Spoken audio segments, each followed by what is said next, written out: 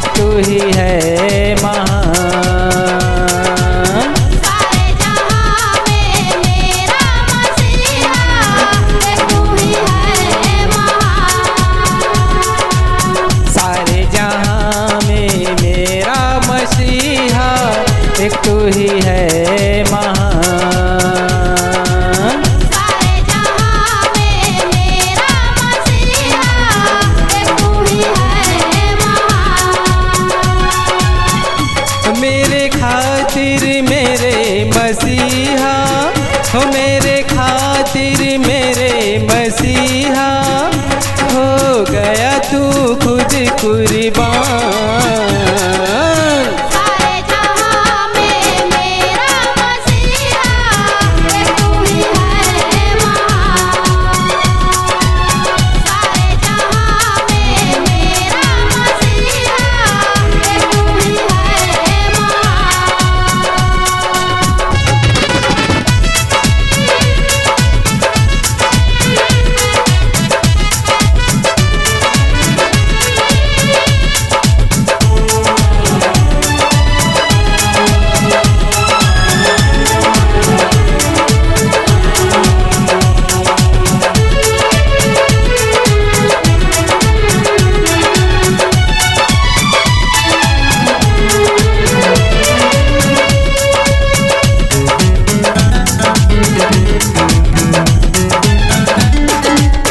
शक्ति है देता वचन में चलने की, राह तू है बताता।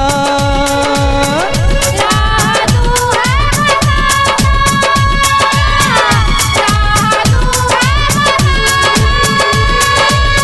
भूमि है सूखी जीवन जल का स्रोता, खून तूने बहाया।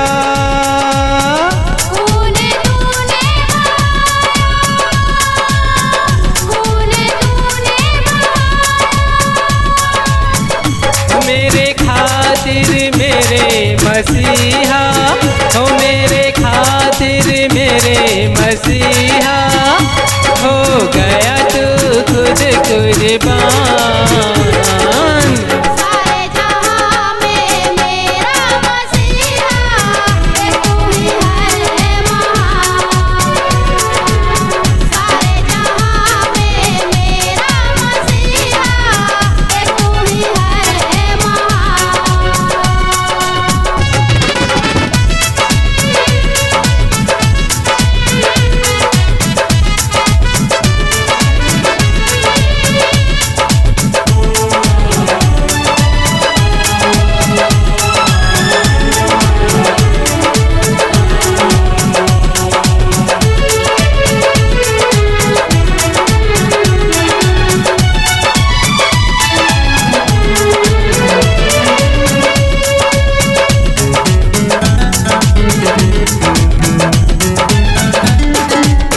प्रभु जो तूने हाथ न छोड़ा, साथ तूने दिया।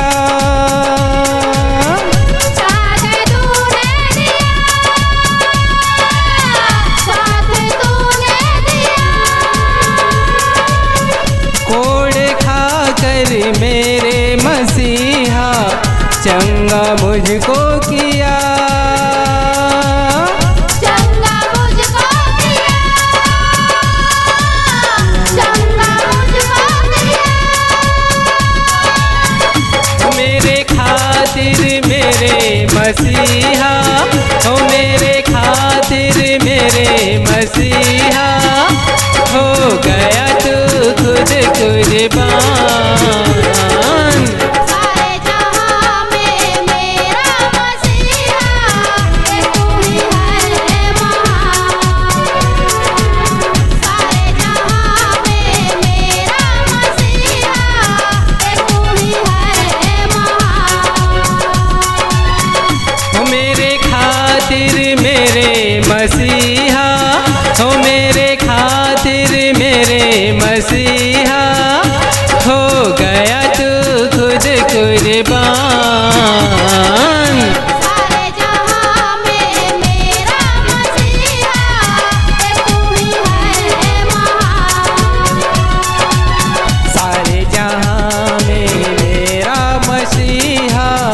एक तू ही है महान।